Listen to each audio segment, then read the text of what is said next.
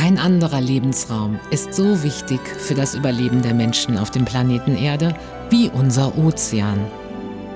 Der Ursprung allen Lebens auf der Erde.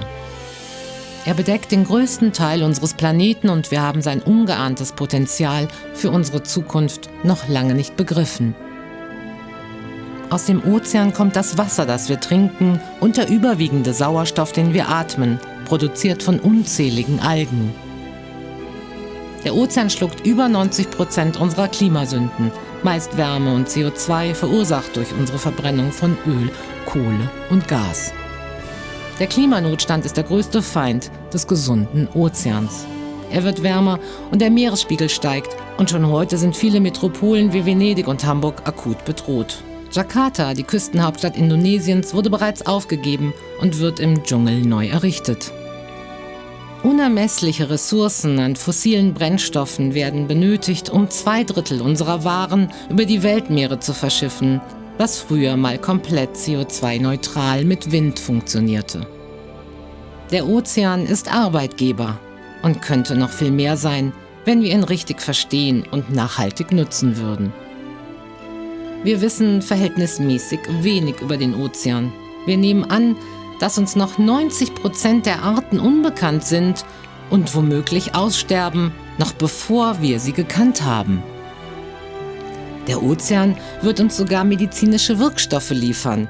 Er wird uns noch immer mit Nahrung versorgen, wenn unsere Flächen an Land nicht mehr ausreichen, weil sie durch den vom Menschen verursachten Klimawandel zerstört wurden. Die Vereinten Nationen haben 2020 die Dekade der Ozeanforschung für nachhaltige Entwicklung ausgerufen. Ein Weckruf, dass wir dringend noch mehr für unseren Ozean tun müssen. Das Motto der Ozeandekade lautet "The science we need for the ocean we want." Die Forschung, die wir brauchen für den Ozean, den wir uns wünschen. Die Dekade verfolgt 7 Ziele und 10 Herausforderungen zum Schutz und zur nachhaltigen Nutzung des Ozeans. Ziel 1: Ein sauberer Ozean. Jede Minute kippen wir eine Lastwagenladung Plastikmüll und viele Schadstoffe ins Meer.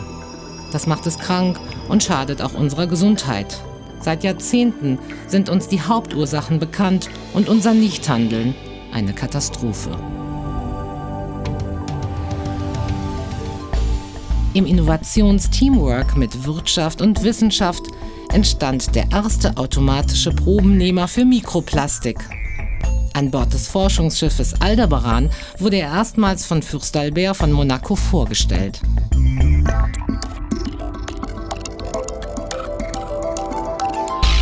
Ökologische Landwirtschaft, weniger Massentierhaltung.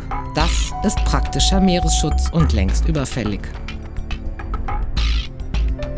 Moderne, selbstfahrende Katamarane wie der Jellyfish-Bot fischen schon Müll von Gewässeroberflächen.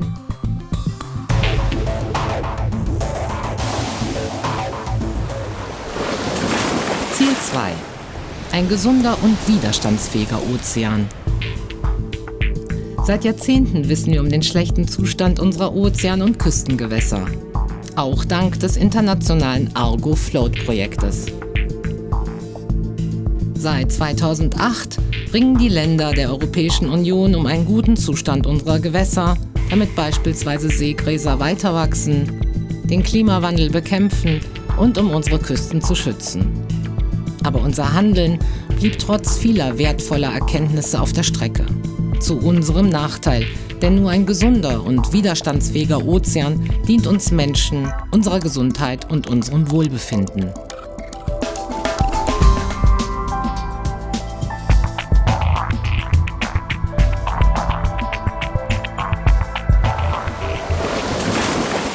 Ziel 3: Ein produktiver Ozean. Die Zukunft unserer Ernährung wird wesentlich mehr als heute aus dem Ozean kommen. Nicht nur Fische und Meerestiere, sondern vor allem moderne Nahrung aus Algen wird die Weltbevölkerung am Leben halten. Wir brauchen Forschung für Algen wie die an der Universität Hamburg. Und die Politik muss die Rahmenbedingungen für die Fischerei umsetzen, die die Wissenschaft empfiehlt. Beispielsweise, um viele Wildfischbestände wiederherzustellen. Die Fische im Ozean überleben nur, wenn die nachweislich kriminellen Fischereipraktiken umgehend verboten und auch in Deutschland wirksam bestraft werden.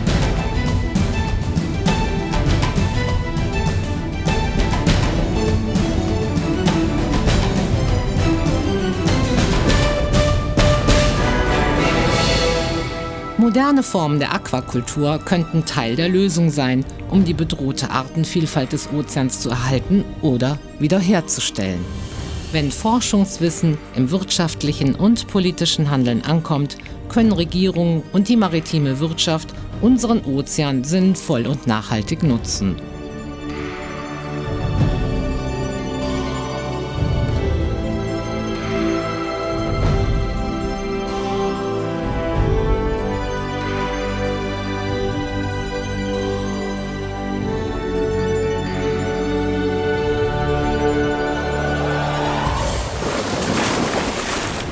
Ziel 4.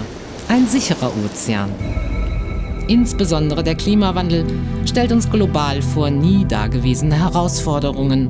Das Polareis schmilzt schneller als erwartet, der Meeresspiegel steigt unaufhaltsam und der Ozean wird sauer und sauerstoffärmer. Die Folgen des Klimawandels erreichen auch deutsche Städte wie Hamburg schneller als gedacht.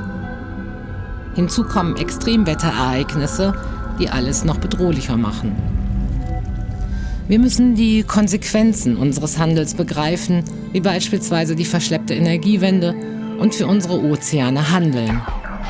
Beispielsweise viele dezentrale Solaranlagen, die Ausstellungen wie diese mit Sonnenenergie versorgen, sind praktizierter Meeres- und Klimaschutz. Die neueste Entwicklung sind schwimmende Solaranlagen, die beispielsweise für die Versorgung kleinerer Häfen geeignet sind, wie der Heliorec. Der Gewinner des Ocean Tribute Award 2022 der Deutschen Meeresstiftung, der Boot Düsseldorf und der Stiftung von Fürst Albert.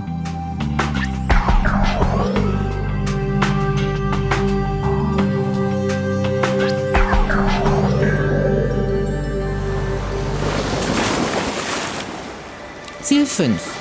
Ein vorhersehbarer Ozean. Damit wir den Ozean besser verstehen, brauchen wir Messdaten, wie beispielsweise aus dem Argo-Float-Programm, das inzwischen aus über 4000 Messbojen besteht. Viele deutsche Unternehmen sind Pioniere bei technischen Entwicklungen für die Meeresforschung. Subsitec in Kiel entwickelt das OceanPack, ein Messgerät für Klimagase im Ozean. Neben spezialisierten Forschungsschiffen setzt auch der Profisegler Boris Herrmann das OceanRec auf seine Rennjacht ein. Auch Segelyachten der Ocean Race Regatta nutzen es als Citizen Science Projekt. Der Prototyp wurde vor über 10 Jahren an Bord des privaten, CO2-sparenden Forschungsseglers Aldebaran erstmals in der Nordsee getestet.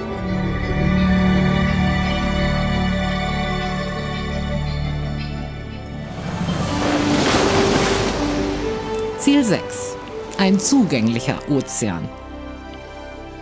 Damit wir die Meere besser verstehen, brauchen wir mehr Transparenz und Verständnis.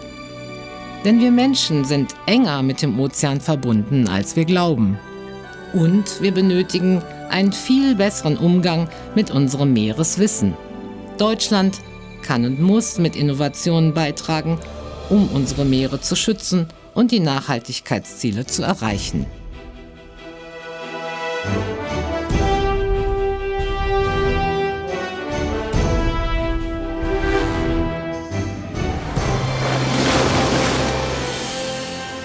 Ziel 7. Ein inspirierender Ozean. Das Startup PlanBlue entwickelt den ersten Unterwassersatelliten, der automatisiert Karten zum Zustand des Meeresbodens erstellt. Mit diesen Informationen kann man erstmals sehen, wie verschmutzt oder wie artenreich der Meeresboden ist, um Problemlösungen zu finden.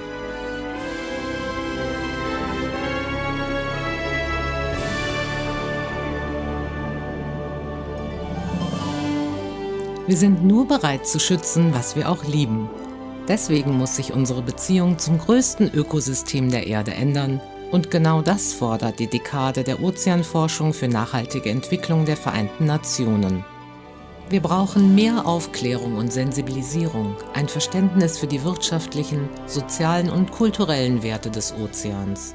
Wir brauchen leidenschaftliches Engagement, um unseren faszinierenden Ozean erlebbar zu machen. Denn er entscheidet unser Überleben auf dem Planeten.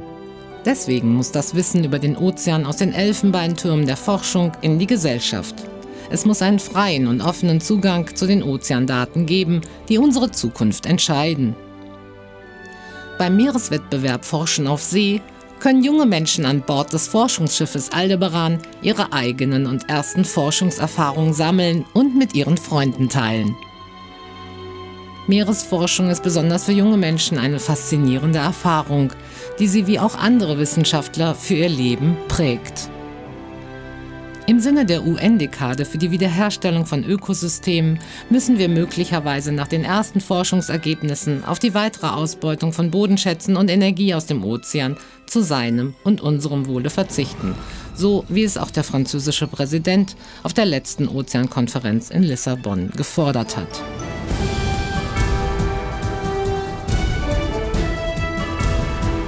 Der Klimawandel ist bereits unumkehrbar. Daher müssen wir so schnell wie möglich CO2-neutral werden. Das kostet Geld, politischen Willen und Mut, insbesondere aus Deutschland. Wir könnten es und wir müssen es für unsere Ozeane, für uns und letztlich auch für mehr Frieden auf diesem Planeten. Der Ozean gehört uns allen. Er ist ein gemeinsames Erbe der Menschheit. Wir sind alle gemeinsam dafür verantwortlich, alles zu unternehmen, seinen unschätzbaren Wert, sein Leben und seine Schönheit zu erhalten und alles dafür zu tun.